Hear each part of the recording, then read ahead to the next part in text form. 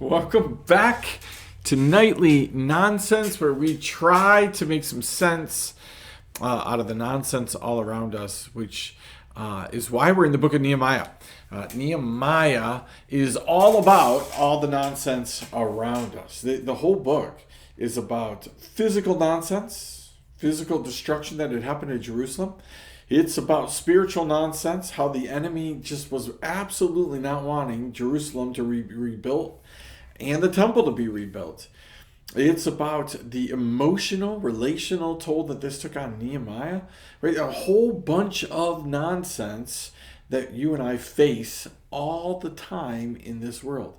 We face a ton of nonsense, and we're forced to try to make sense out of it. And if we don't make sense out of it, we just go with the nonsense, we can end up in some pretty ugly places. So we're in Nehemiah. Chapter 2 says this: in the month of Nisan, in the 20th year of King Artaxerxes, when wine was before him. Like, listen, we could do a whole little chat about how wine makes everything better. Only I'm not a person that should probably be talking about that because I've never had wine, so I don't have a clue about actual wine, ever having it. So he has wine in front of him, which means that Nehemiah is going to be close behind because Nehemiah is the cupbearer. I took up the wine, I gave it to the king, right? So again, in the midst of all of this, Nehemiah isn't off on some adventure, trying to find God. He's not in his house pouting and got sackcloth and ashes on and all this kind of stuff. He's exactly where he's supposed to be. He's serving the king. When rough things happen to you and I, when moments where we're trying to figure out where God is in all of this, when we've pleaded with God to do something, we want to sit in our house, we want to sit in our favorite place, and we want God to answer us, right? We don't want to move until God answers. But what if God is saying, hey, be about doing what I've called you to do, keep being faithful, be where you're supposed to be, and then watch me work. So Nehemiah has prayed to God. Nehemiah said, God, you got to help me. You got to help me. You got to help me, right? These are your people by your hand. You need to save them, right? We've been bad. We've been awful. We need to repent, right? He's done all this stuff. And then he's waiting. Now imagine, there's nothing here that says the next day. 5 minutes later, Nehemiah was having wine, giving wine to the king. No. There's a time lapse here, right? There's some sort of period, whether it was a day, whether it was 10 days or 100 days, there's some sort of lapse here where Nehemiah does the prayer, and then what does he do? He gets back to doing what he's supposed to do. He's where he's supposed to be. Do you know that sometimes we're missing out on the answers of God? And this is going to be self-convicting, right? We're missing out on the answers of God because we're simply refusing to be where we are supposed to be. Instead, we're being where we want to be. We're spending all of our time dreaming about the new job, the new person in our life, the new church in our life, the new kids that are coming, right? Do you know one of the hardest things is to be present when you find out that you're pregnant? Right, all of a sudden, your entire world changes to getting ready for a baby. But that's 9 months away. So what are you doing during that 8 9 months? Does the whole world stop while you prepare to have a child? For most of us, yeah, that's what happens, right? We got baby showers, we got to get baby clothes, we got to get a baby room, we got to get baby stuff, we got to get baby, right? The whole world stops while we're waiting, anticipating the birth of a child. It would be really nice if the whole world had stopped when Jesus was born, but it didn't. Everybody was going about doing what they were supposed to be doing. I mean, they couldn't even get it right at the very end.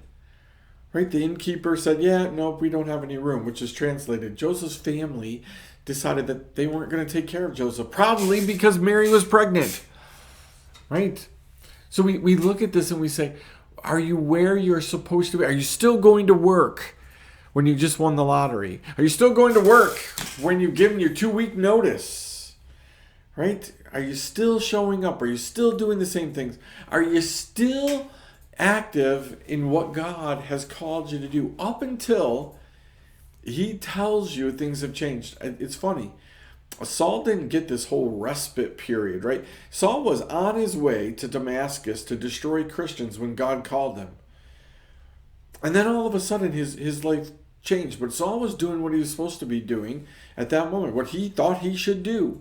Not what God wanted him to do, but what he thought he should be doing. Peter, James, John, all these guys, they're fishermen, they're tax collectors, they're zealots, they're doing what they were supposed to be doing. And then Jesus shows up on the scene and says, okay, life's going to change right now. Do you know, I've decided, I've gone around and around about this.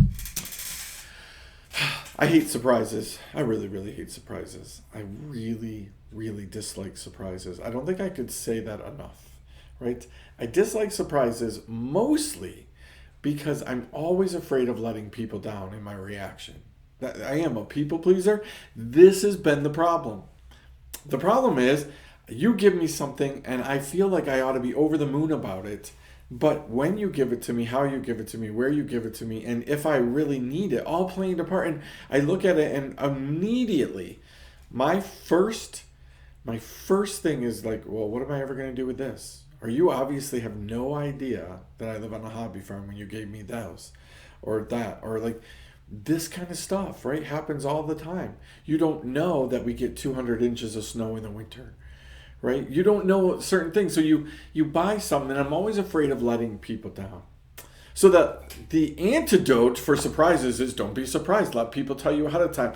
You know, the problem with that is then you're disappointed because you know what's coming all the time, right? There's no shock value. There's no, oh, this is what I got for Christmas, right? There's I already know what I'm getting for Christmas because I don't want to be surprised and disappointed.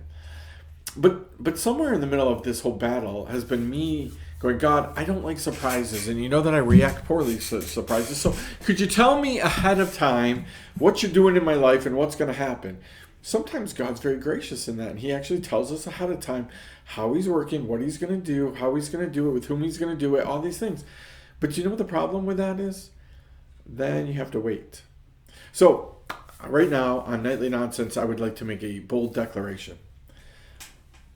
I hate surprises has been surpassed by I hate waiting for the surprise that was going to be a surprise, but now it's not going to be a surprise. Does that make sense?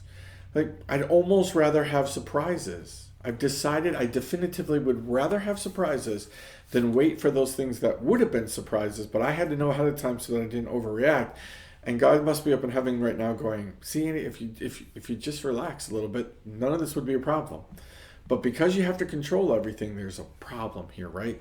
Nehemiah is going about his business.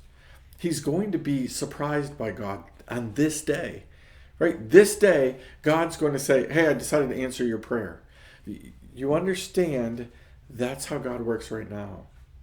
God works that same way. Hey guys, I'm going to answer your prayer today. Did you know? Did you know that God's probably up in heaven today super ecstatic? Like super, super excited. Going, you guys have no idea. Today's the day. I'm going to answer your prayer. Your surprise. I'm going to give it to you.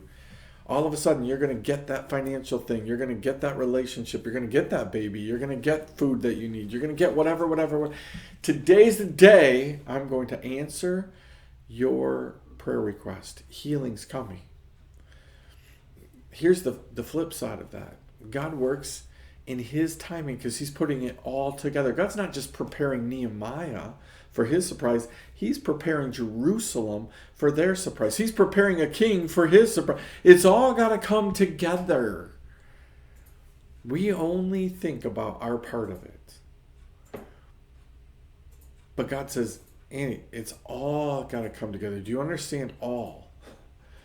All. That's a very, very big word. We were talking about this the other day about 7 billion people in the palm of God's hand, and he's working it all together. You understand that there are people in India right now and in China and other places, right, that are really struggling. They're praying. They're making things, right, to try to support their family. Their prayer is that somebody would buy something so that they could have food, right? So that they could help their family. It's all over the world. It's happening in the United States. People who put stuff on all those places, I'm going to say it wrong if I say it. So I'm just going to say all those places, right, where they sell stuff.